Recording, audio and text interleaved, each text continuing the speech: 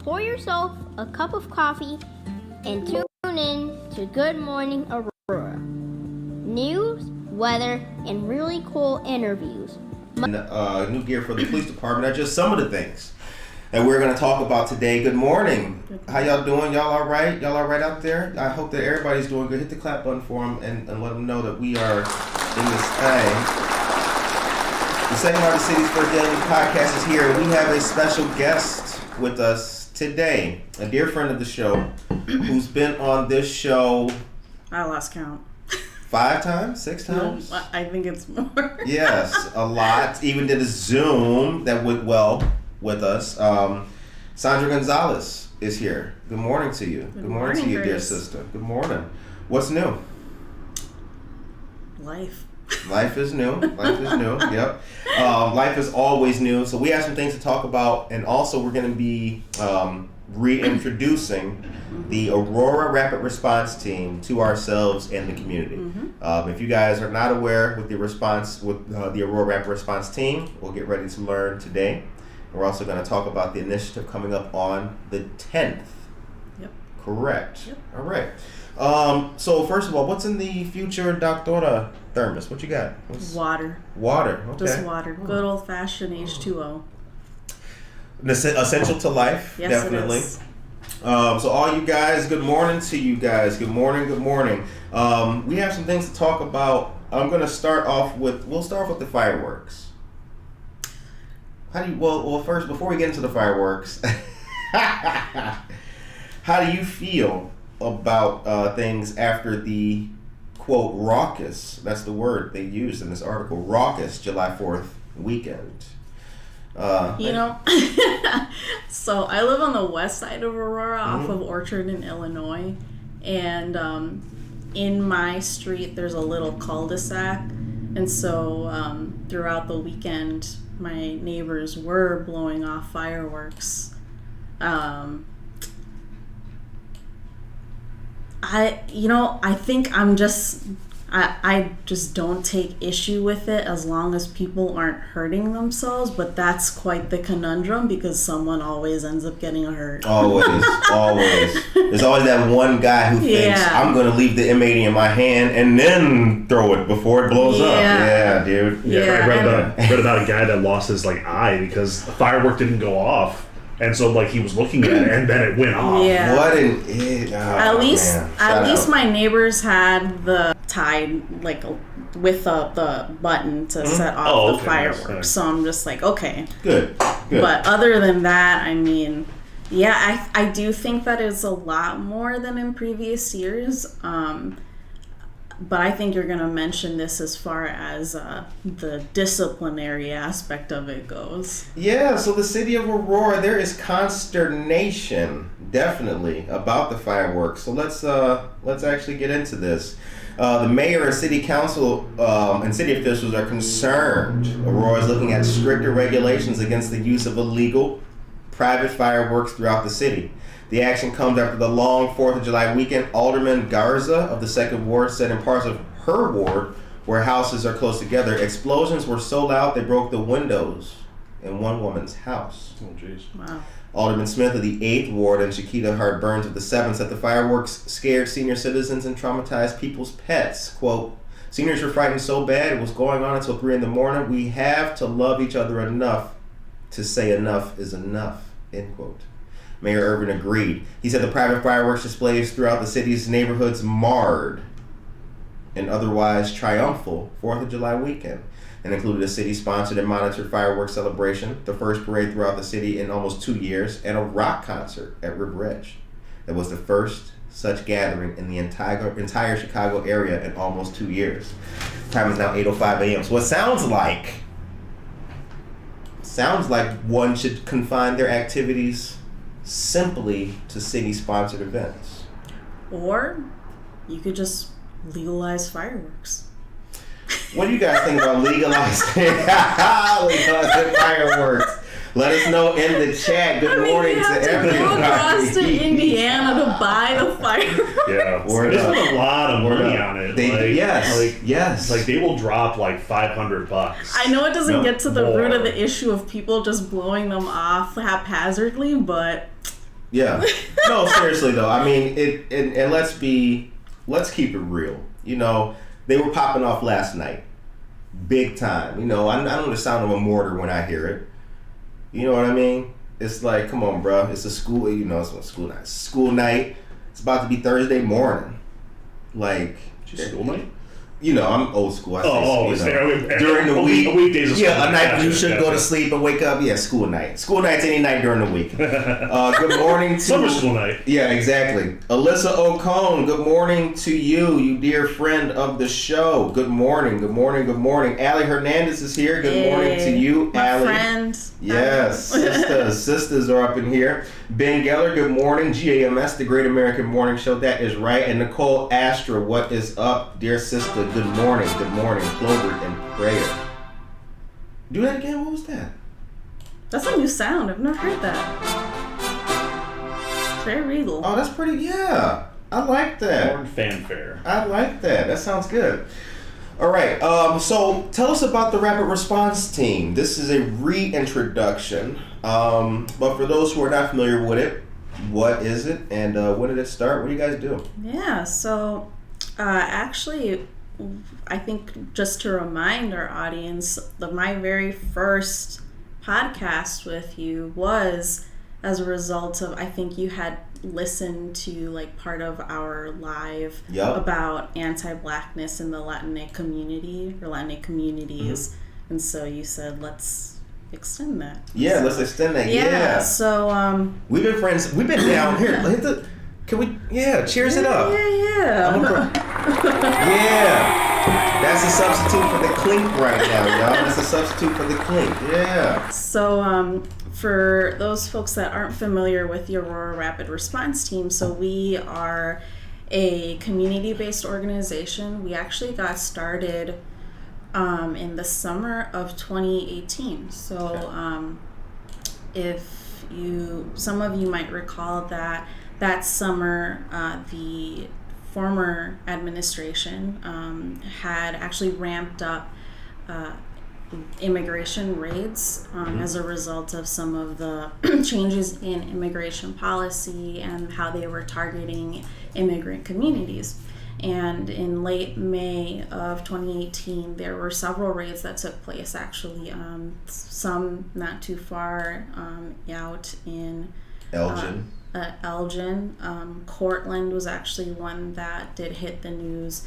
That one in particular was a collateral arrest where actually they weren't supposed to be there. They were trying to look for an individual at a different address, and what ended up happening was they went to the individual's workplace and ended up detaining 8 people. I remember that. Yeah. And in that situation actually was an instance of racializing the arrests.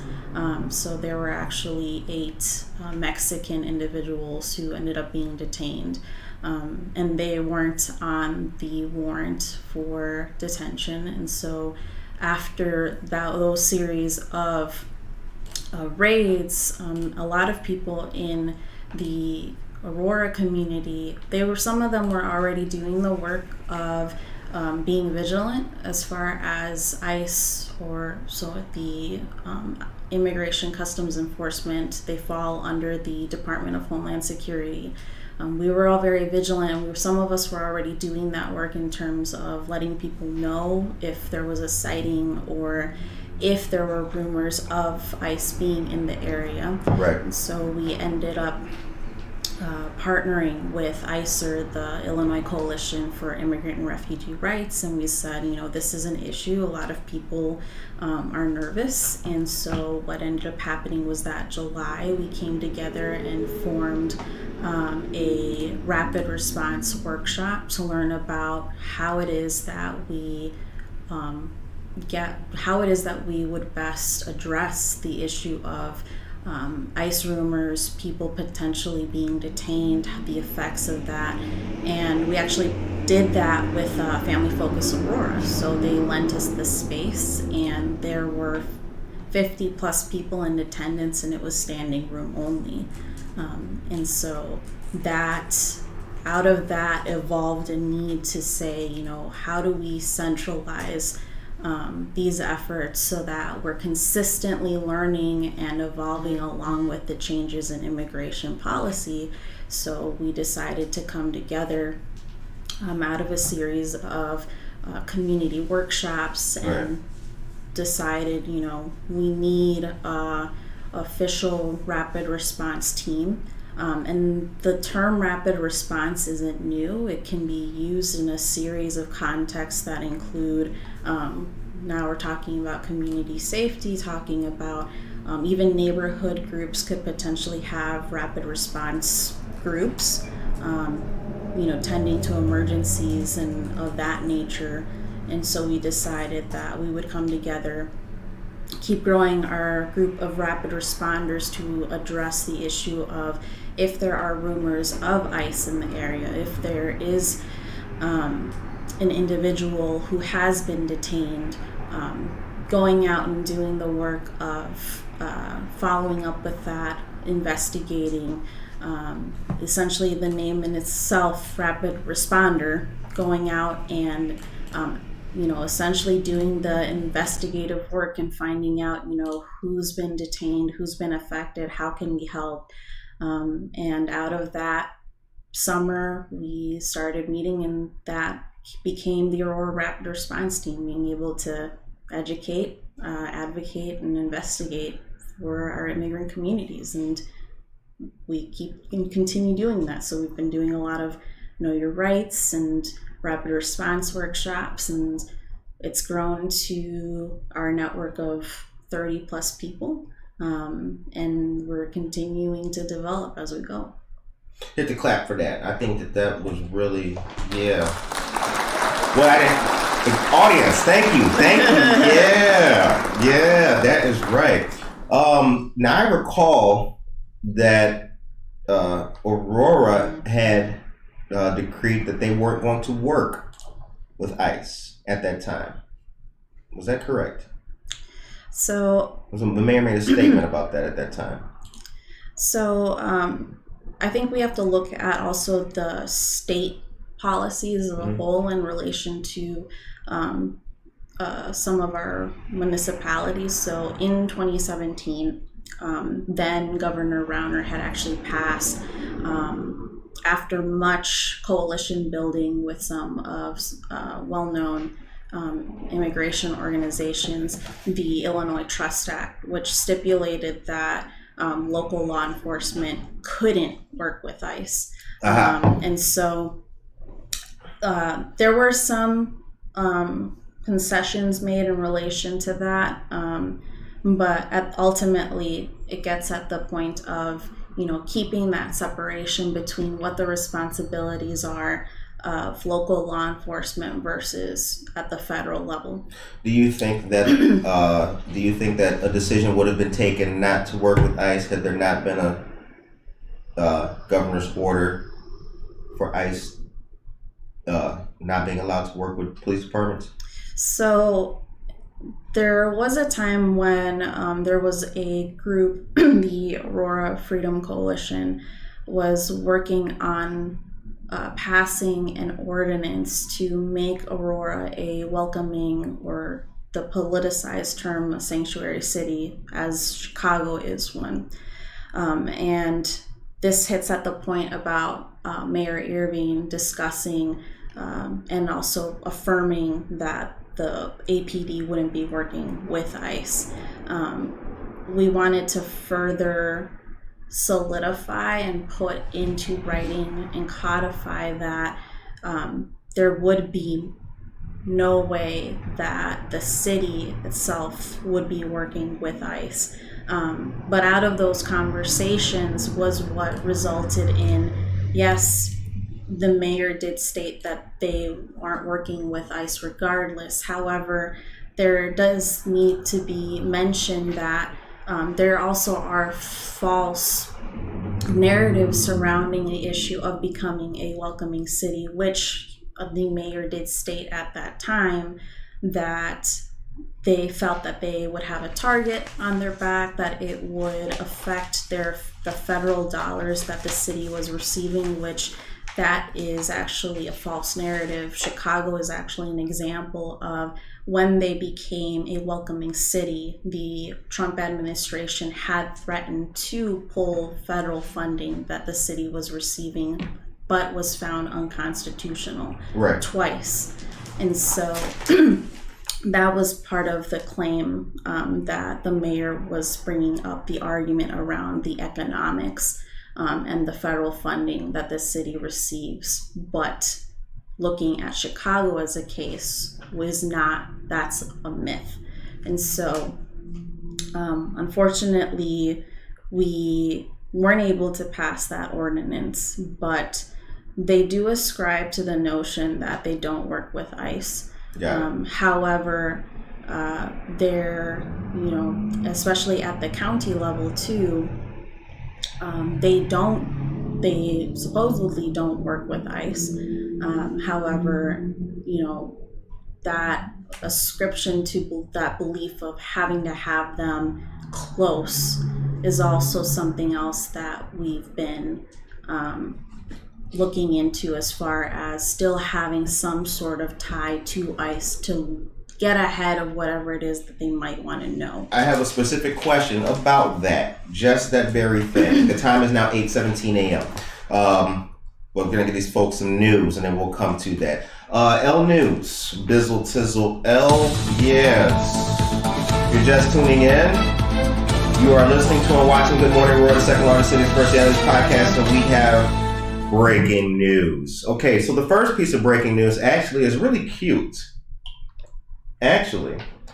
So a date night tonight is being planned with one of our wonderful listeners, and they're gonna go to the Aurora Regional Fire Museum for a movie date night and stop by the lemonade stand after that. Oh, that's cute. Hit the clap for that. That's some. Yeah, I thought that was cute. Yeah, it's a good date. The lemonade stand that he's speaking of, I'll drop that for you guys a little bit later, but there's a young lady who is hosting a lemonade stand. She's been doing it for many years, and the proceeds of which are all going to Marie Wilkinson's Food Pantry. Shouts out. Anna's Custom Treats is here as well. Good morning, Anna Sierra, you wonderful person, you. Yes, Tia, Jenny, I think I know who that is. Hello to you. And Norma Peterson, the one, the only, GAMS, the Great American Morning Show. That is correct. We are here. I recall Anna's Custom Treats wanted to do a coffee meetup. That's still it. Oh, I didn't forget either. That's still. And also, I think I was promised Treadwell. Did you reply back to the? You did? I didn't see it. Damn, my bad. Well, coffee's on me that day then. All right. Coffee's on me that day. I did not see that. Out, Curtis. No, good. That's what you're supposed to do. That's what you're supposed to do. I mean, we call out. Back in. Yeah, exactly. We call out. One should be called out on. That is right. That is democracy right there. And democracy is not a spectator sport. But here is that news, you guys. Good morning, Mr. Barrero. Good morning to you, sir. All right. Hey, Dan. Here is that news. So two types of art news, you guys. One that is the first of its kind. Well, both are the first of their kind, but one that is health and one that is pure art. Inoculation incentive, an art festival called Back the Vax, scheduled for the 31st in downtown Aurora, will encourage residents to get their COVID-19 shots. I think that's really cool. Will be held in downtown Aurora at the end of the month. The announcement of the Aurora Fest came Wednesday as a day after President Biden renewed his call for Americans to get vaccinated as the pace of people receiving the vaccine around the country remains relatively flat. On the 31st, this art festival will be held from 4 to 10 p.m. at Water Street Square across from City Hall in downtown Aurora. The Aurora event is part of a larger network of efforts to get residents in the state vaccinated that includes artists from 24 regions across Illinois. More than 72 vaccination projects are planned for the summer around the state. Now that's part one. That is what's up. Shouts out. That is where are the claps for that? Huh? Where are the claps for that? Yeah, well, I mean, what's really the people wondering, like, yo, are we healthy? Are we promoting health? Or are we not promoting health? All right, now here's number two. Told you guys about this Tuesday. Bomb the Lot. The artistic talent of Aurora will be on display in late August during Bomb the Lot, the city's first street art exhibition. City public art officials are calling for street artists to apply to paint a section of wall in parking lot H, 14 Middle Avenue. For those of you trying to picture that, that's that lot right there behind Dakari. That big open lot. Nothing's in it. That's a lot of wall. Think about it. So the next time you're at that intersection or you're creeping up, take a look to your left. Boom. That's a lot of wall. Using any style or content you want, artists are encouraged to apply. The painting on August 28th will take place during a weekend celebration of arts throughout downtown. And unlike most city art projects, all permissions have already been obtained for the space. Artists will not be required to submit designs for approval prior to installation. That's a first. Yep. The murals will be spontaneous street art. Shouts out to Jen Evans, Aurora Public Art Director and dear friend of the show. The time is 8:22 a.m. Okay, now, Sandra, let's get back to that part that we were talking about. And for those who just tuned in listening, we're here with Sandra González, dear friend of the show, her 183rd interview episode on Good Morning Aurora. Not that many, but definitely more than 5. Let's get back to the part about the Kane County Sheriff's Office and their working with ICE, or the ambiguity of if they are, if they not, if they should, if they should. So let me be clear. There, as of right now, at no point have they worked with ICE. They do work with DHS. There is a difference. Now, the line of it all, for folks that aren't, aware of how DHS is structured. So there's the Department of Homeland Security. Right. Under that falls, TSA. We've seen them at the airport. There's CBP, which is Customs and Border Patrol. Mm-hmm. There's ICE, who we normally engage with. That doesn't mean that it doesn't fall outside the scope of just DHS in general. And so there are all of these offices that work in tandem with one another, depending on what it is that they're trying to target or seek out. Right. So that's why I say, while they don't work with ICE, they collaborate with DHS. Sure. So I want to clarify that. They do benefit from their funding. That's how they fund their progressive jail rehabilitation programs. Mm-hmm. So I just want to clarify that. In the past, when we have had dialogue with the Kane County Sheriff surrounding the issue of immigration, we have been told that they still wish to have some communication with ICE to get ahead. Do you agree or disagree with that communication? I disagree with that communication. Why is that? Because I think that it still perpetuates that notion of continuing to police our immigrant communities in a way that is not effective at all. Continuing to pre-criminalize them before they've even had a chance to, demonstrate, who they are. And I think that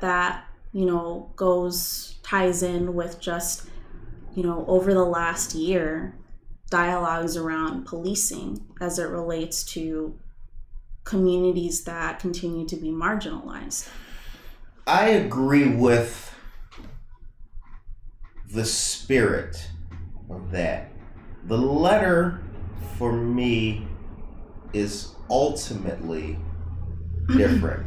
The reason why is because if there was a magic wand to be waved, a legal one, that would dictate that only in serving high-risk warrants on high-value targets as part of a task force for known criminals and members of transnational trafficking gangs and the like. I would like ICE to be in full cooperation with said law enforcement agency. So I would be happy if after the execution of that warrant on Target X, who amongst other things is eligible for deportation, I would like ICE to be involved and ultimately deport that person. The line for me is drawn at ICE raiding a factory for a guy who happens to be in the country illegally, but the crime here is failure to show to court for a DUI that's 4 years old. That to me is a waste of resources, and that to me is what adds to the marginalization and the unfair targeting of immigrant communities. So just to backtrack a little bit, so this isn't the targeting of immigrant communities and the ramping up of raids isn't something new to the former Trump administration. This actually started even prior to the Obama administration. Sure. And Obama, some folks, like to hail him as, the person that, was the one to really target some of these issues around immigration, but he also had a hand in further perpetuating the targeting.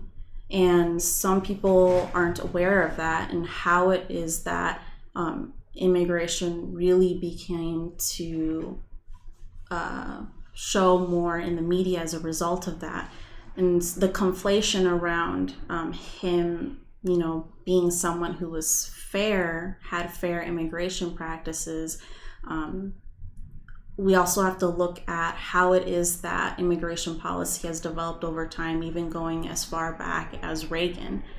And so we have to think about, regardless of party, how it is that we are developing policies around who it is that it helps and who it doesn't. And so in relation to immigration, there was that definition around, who it is that really, really warrants being a security risk. But isn't that it's clear. It's what could be clearer, right? It's clear, I think, isn't it? Is it just if someone has done the time, they had a record from, say, a decade ago and has integrated themselves into their community, and as a result, maybe it might be a case of they happen to be in the wrong place at the wrong time, hence what I mentioned, collateral arrests where multiple people get detained. Or it could be that as a result of that history, we do have gang databases where people might still be in that database for a long time. They could have been affiliated with that, or it might have been that they were there at the wrong place at the wrong time. That stays with people. It does. And it stays with people for a while, to the point where they don't often get removed. And so when you think about how it is that we further criminalize people and how that affects people within immigrant communities, and you look at the way that ICE has ultimately determined who it is that we further criminalize, there really isn't much of a distinction then between who it is that poses a security threat. I think, but to reiterate though, we're not talking about person X who, again, 4 years ago had a drunk driving incident, has since paid the fines, but is here in the country illegal. That, he's in the good category. We're not ongoing, persistent, subject of the investigation because surveillance footage is showing X, Y, and Z. Current, now, member of the fill in the blank, trafficking weapons, ongoing investigation into current criminal activity. Not, person did 3 years, 10 years ago, right? That's pretty clear. Current criminal activity. What's wrong with that? I think that when you look at the previous administration and even the one before that, at that point, how far away from what that instance of criminality was still continues to follow that person. And while ideally we'd like to think that we live in a society where we think once people have, done their due diligence of serving time and, doing what has to be done, you would think that that's something that is then, closure, forgotten about, and that's one and done. Unfortunately, the reality is that that's something that is attached to that person for the rest of their life. And when you think about the implications of someone who might be Black, brown, indigenous, someone who is part of these communities that all intersect, whether it's our immigrant communities, our communities, Black communities, brown communities, what have you, eventually, all of those things are intertwined. So for someone who is living in immigrant communities, and yes, they might have, done the time for the sake of, holding them accountable. But at the end of the day, we're still talking about communities that are further marginalized as a result of, let's say, they might not be a U.S. citizen. They could be someone with a visa. They could be someone who has legal permanent status, or someone who's undocumented. So there is a line drawn as far as you could still be, rehabilitated, and I say that loosely, because, but still at the same time, when we think about our law enforcement institutions, you still have that criminality attached that follows you. The time is now 8:34 a.m. This is a good conversation. This is the kind of stuff I like talking about early in the morning.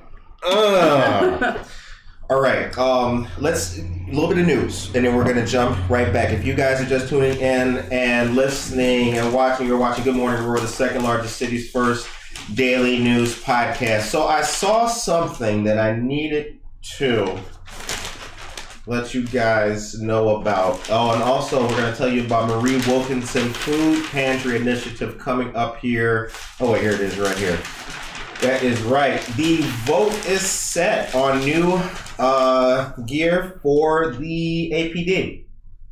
The Aurora City Council is set to vote upon a little more than $2 million in new equipment for the Aurora Police Department. The equipment would include a digital storage room for the new officer body camera system the city purchased, as well as new tasers and new dashboard cameras for squad cars. Due to the choice of the Axon Enterprise Fleet 3 system of dashboard cameras that integrates with the new body cams, the city will save $282,810 off the $2.9 million body camera purchase. That's according to Sergeant Thurman. Sergeant Thurman presented the information on the support equipment purchase this week to the City Council, which agreed to put the item on next week's regular City Council meeting consent agenda. That means it is likely to be approved. If approved, the city would spend $1.68 million for the purchase and installation of the new dashboard cameras for squad cars and $313,350 for 150 new tasers. Interestingly enough, the new tasers would replace the 26 the department currently has. Police officials have said the department bought the old tasers about 10 years ago and never increased the number. Interesting. Okay, and then I got something else to tell you guys about here. Bizzle Tizzle, would you let them know that it's time for L? L is an EL. All right. Mutual Ground is hiring, and they are hiring for a variety of positions. You can go to mutualground.org/about/careers for more information.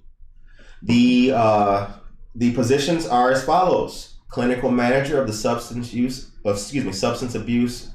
services, finance specialist, prevention educator of sexual violence prevention education, relief advocate therapists for family counseling, a therapist for counseling services, and a victim advocate third shift, which is part-time and residential services. Shout out to our friends of Mutual Ground. Marie Wilkinson's Food Pantry, ribbon cutting. Don't forget the 10th, 10 a.m. to noon, 834 North Highland Avenue in Aurora. Join them for the official ribbon cutting of the new Playful Learning installation at the community garden. Hit the claps for our dear friends of Mutual Ground. Y'all doing good things. Y'all been doing good things. We love it. We love it. The time is now 8:38 a.m. Okay, so now I love that you just have this old school newspaper. Shout out to the Beacon first. Yeah, word up. Yeah, here's the thing. I love the news and I love the paper. I have loved the paper ever since, and I'm old enough to remember when the paper was all there was. It was it. And strangely enough, at one point in time in my life, my goal was to be one of those guys on the train reading this paper in the morning, going to work, and working downtown, sipping my coffee. Stop being goofy. Seriously. And I achieved that. It was called Corporate America. And I hope I never go back. Don't talk to me I hope I never go back. That was pre-COVID, riding the metro every single day. But I met dear friends, Jordan Eichelberger. Good morning to you if you're listening. The time is 8:39 a.m. Okay, now let's get back to what the heck we were talking about. All right, so I concede that you will not concede or countenance any presence or working with ICE by local law enforcement, no matter how I serve it up, no matter how juicy the garnish is that I put on the side of that plate, you simply will not partake. So I guess the question is why do we attach criminality to people? Well, we can come back to, but I guess that is the question, though, because we have to think about here, our preconceived notions of people, and I know that sometimes, there are going to be people who comment and say, we don't look at race, we look at the whole of people as human beings. But I think that's also a testament to, we still have people who are colorblind. If we do not acknowledge that, they're unfortunately in our society, race is intertwined in everything that we engage with. All right, hold on. Now, you know very well that I know that it is simply just ridiculous that we don't look at where we're not. You know that I know that race is entwined in everything, and even if you know that I know that already. And I'm not directing it at you. I know, but that's not where I was going. And again, we're not talking about, we're not talking about people who are still being judged for their past. We're not talking about people who had a past, paid for it, and still reside in a traditionally marginalized community. We're not even talking about people who had a past, reside currently in a marginalized community, and are undocumented residents. We're talking about a specific slice. But that specific, tiny slice is then conflated and ascribed to the people in general. We're not talking about the people in general. I know we're not talking about people in general. However, I know that we are talking about a specific subset of quote unquote criminality. There is no unquote. See, I didn't present an unquote. Because this is how when we start to but we're not delineating how it is that we go about that in a way that doesn't harm families or doesn't harm communities. Overall, that gets conflated to the general immigrant population. But I'm not presenting conflated information. You're not presenting conflated information, but psychologically speaking, it gets conflated to the point where we are seeing what we're seeing today. Let me tell you a story. Maybe let me come into a different way. The time is now 8:44 a.m. Let me come into a different way. When I lived in San Diego, I lived in a neighborhood. I lived in Chula Vista, and I lived Avenue L, right around by the Chula Vista Mall. Pretty nice. Yeah, it was all right. One morning, I arose to the sound of absolute chaos. I thought the world was ending. It was the most wildest stuff. I peeked out the window. There was lights. It was crazy.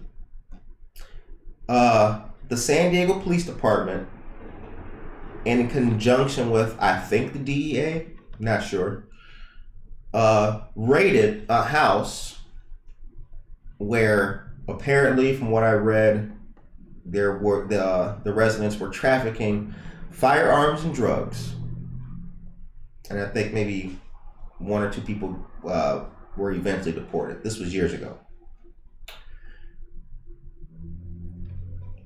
Are you saying that in that current investigation, which produced crime, the individuals involved eligible for deportation should not be deported? No. Okay. We got there. Now, why? People don't just wake up one day and decide, I'm going to sell firearms and drugs. People with a 12-year history of narcotics trafficking and weapons trafficking, who are members of organization whatever, who have been the subject of a 12-month investigation with surveillance and purchases from undercover officers they thought were also members of Organization X, woke up 12 years ago and have since been doing said activity. So now we're deviating into We're not deviating. We're getting into a conversation about, you know, the cycle of the cycle of, you know, we have a growing issue around, you know, what it means to get into these instances of trafficking that includes firearms and drugs, but you also have to get at the root of why, you know, while we get at that root, right? Out of the 8 individuals charged, 2 of them are eligible for deportation. Notice I'm saying eligible. You don't think they should be deported. Let me jump in really quick, so I want to see if I can understand kind of like both your sides. This is the best conversation we've ever had. So from what I kind of get, Curtis is kind of thinking, okay, like deportation for people that are undocumented for or whatever, should be allowed or should be able to get deported or removed from the country for like serious crimes, drug trafficking, murder, stuff like that, like really serious, heinous things.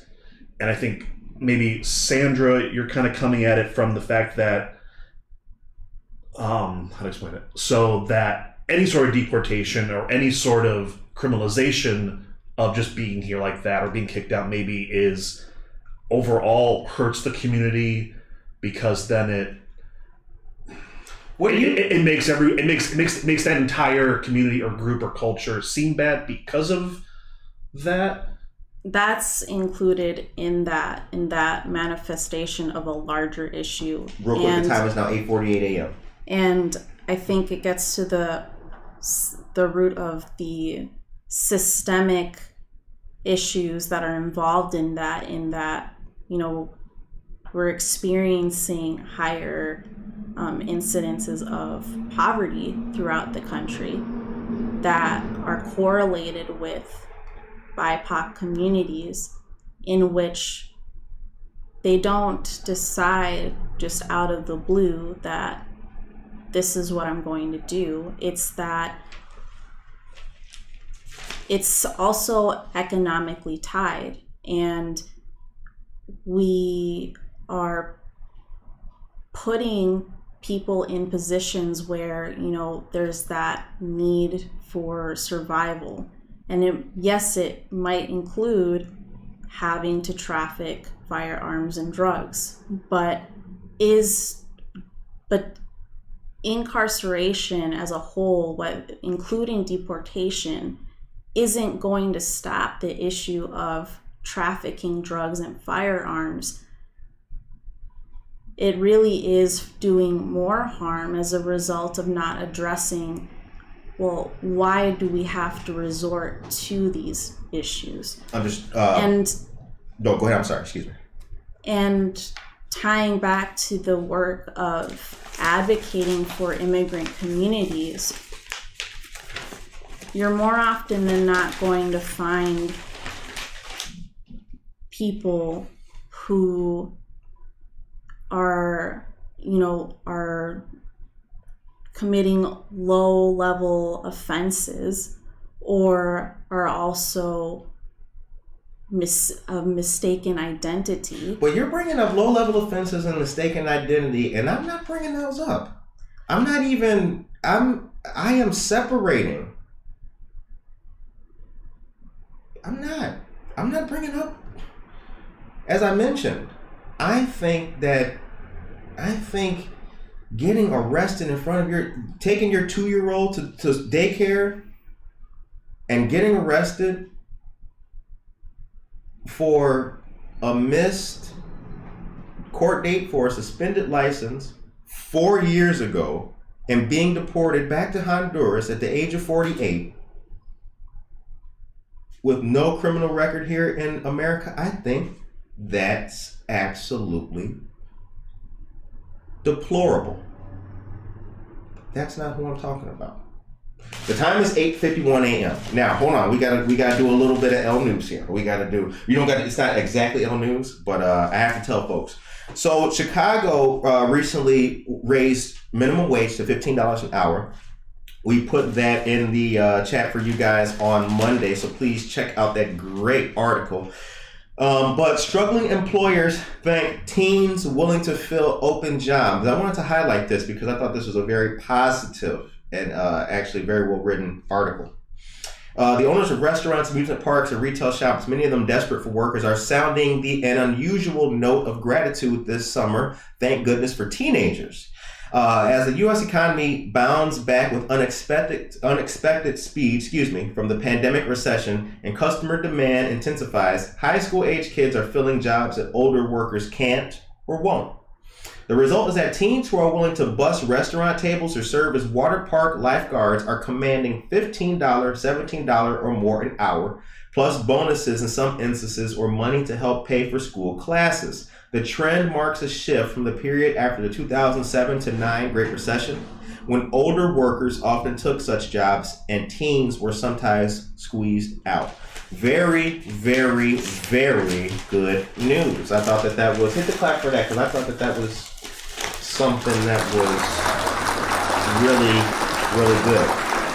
All right, so good morning to all of you wonderful people. We are doing it in today. Yes, the paper is very thin today. I agree with that. Actually, it is thin. So I'm making fun of you for the paper, and you said you remember when the paper was more prolific, and I do remember that too. Yep, those were the days. I'm at the tail end of the millennial spectrum, I guess, where I still remember, there being paper. And seriously, stuff. And the sad thing about it is like the middle of this is mostly like cartoons and horoscopes and all kinds of word puzzles. So the news is very thin, you guys. But we have, this show got all the news you need. The time is now 8:53 a.m. Okay, here's the thing. We got to talk. Tracy Duran tells us she really appreciates the conversation topic. She tries best to understand these issues and a lot of times gets flustered with how some folks are treated practically continuously, decade after decade. As humans, we should be better than this. We need to treat everyone as humans, not based on where they are from or the color of their skin. Tracy appreciates growing up with everyone, she grew up appreciating everyone and their backgrounds and cultures. Amen to that. Sandra, do you have any data to support your concerns in Aurora? Is a question from one of our listeners. And thank you. 1998. Holy cow, that takes me back. 1998. Wow. 1998. I was a sophomore in high school. Holy cow. 1998. I was 5 years old. Damn. That's... This show is bridging the gap, yo. Cheers that up. Cheers up 98. To Dan's question, so I've worked with Dan. I know him from having sat on the Aurora Hispanic Heritage Advisory Board, and I do not have the data in my pocket right now, but I can certainly get that to him. All right. Now. Oh, that's what I was going to do. I'm sorry, you guys. I am sorry. The time is 8:55 a.m. I have one more important thing to tell you. Oh, hopefully you guys went to the job fair at Prisco yesterday, hosted by State Representative Barbara Hernandez of the 83rd District. It was from 3 to 6. I saw people there, and I told you once, I told you again, when we tell you to get jobs, people get hired. I'm telling you. Told you about the Kane County event. 4 people got jobs. Boom, boom, boom. So if you hear about jobs on this show, you better holla. Okay. Aurora Township Phase Pork Chop Barbecue Fundraiser. Monday, August 9th, 4:30 p.m. to 6:30 p.m. Dinners are $15. Drive-through or carry out only. 313 Gale Street is the address, and funds go towards youth scholarships in Aurora. Cottonseed Creative Exchange, they have a sidewalk sale all this weekend, the 9th, the 10th, the 11th, from 9 a.m. to 5 p.m. 8 North Broadway, shouts out to Cottonseed Creative Exchange. And last, but certainly not least, our community partners, Southwest Kane County Triad. Aurora Township Senior Services Associates, Kane County Sheriff's Office, and Fox Valley Park District. Don't forget, do not forget the annual Triad Picnic for seniors. August 10th, which is a Tuesday, from 11:30 a.m. to 1:30 p.m. The cost is $3. Everybody got that, so make sure that you're there. It will be at Phillips Park Pavilion, 1000 Ray Moses Drive. Seniors can register online or in person at any Fox Valley Community Center by August 1st. To register online, use code 112-007-01. That's 112-007-01, or register by phone with Senior Services Associates, 630-897-4035. The number again is 630-897-4035. Can I give a quick shout out for something I want to? Sure. promote? Yes, you can. So, Dr. Goldman? yeah, Yes, that's Dr. Amanda Goldman. We're having a fundraiser for the Judah Robinson Foundation. The Judah Robinson Foundation helps to provide mental health care for vulnerable populations, specifically the homeless population. And they're doing a fundraiser on the 31st. Then this same Saturday, the 10th, we are partnering with the Elgin Coalition for Immigrant Rights and doing a rapid response workshop from 1 to 3 out in Elgin, and all of that information is on our Facebook page. Wonderful. Wonderful. We will share the page and information. What up? Ben wanted to see what I'm drinking. Yes, Ben, there's the can of crack that Bizzle Tizzle is drinking today. Okay, so what's next besides the events for the Rapid Response Team? So we're actually in the process of trying to branch out and be more intentional about how it is that we address intersectional issues within our immigrant communities. So tackling issues of anti-Blackness in our communities. It's not just isolated to our Latinx communities. It's also something that is intertwined in our spectrum of our communities. Also trying to address, what does community safety look like? Hence the work that we're doing as a rapid response team. That's very much rooted in community and neighborhood and those relationships. So trying to get to the root of, how is it that even just as like neighbors, how we can help each other out in that aspect.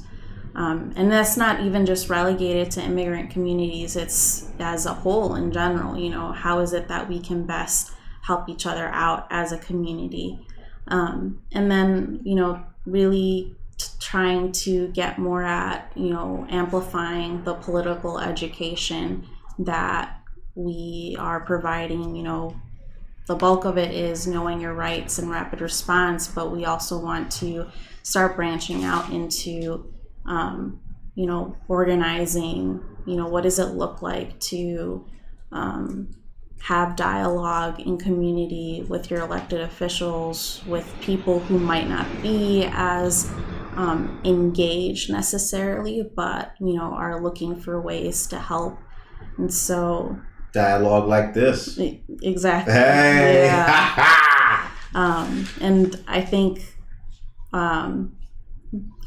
my friend Nick Thompson says it best. If you aren't plugged into an organization, a community organization already, there's a lot of community-based organizations in Aurora alone that are doing a lot of good work. And so just, if there's something that you're passionate about, evaluate your capacity to, and, plug yourself in, do what you can, using your skills and talents.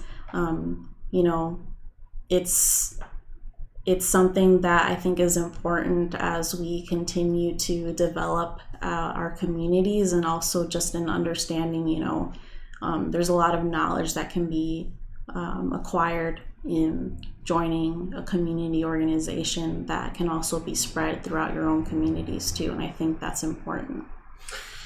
The time is now 9:02 a.m. We appreciate Sandra for coming on the show once again to do a reintroduction of the Aurora Rapid Response Team. We appreciate everything the team does, and we have been proud to share the team's activities, and we will continue to do so. We wish you and the squad all the best. Absolutely. So we hope that you guys enjoyed the show today. Old School The Voice, shouts out. Sandra, much respect from Ben. Hit the claps. Word up, word up. She's in here. Refreshing, respectful dialogue. Thank you for that. Not a problem. That's all we do. What? See? Yes. All right. I hope that you guys have a blessed, positive, wonderful. Oh, that's right. L News, real quick. Hold on. Before we go, this is it. This is it after this.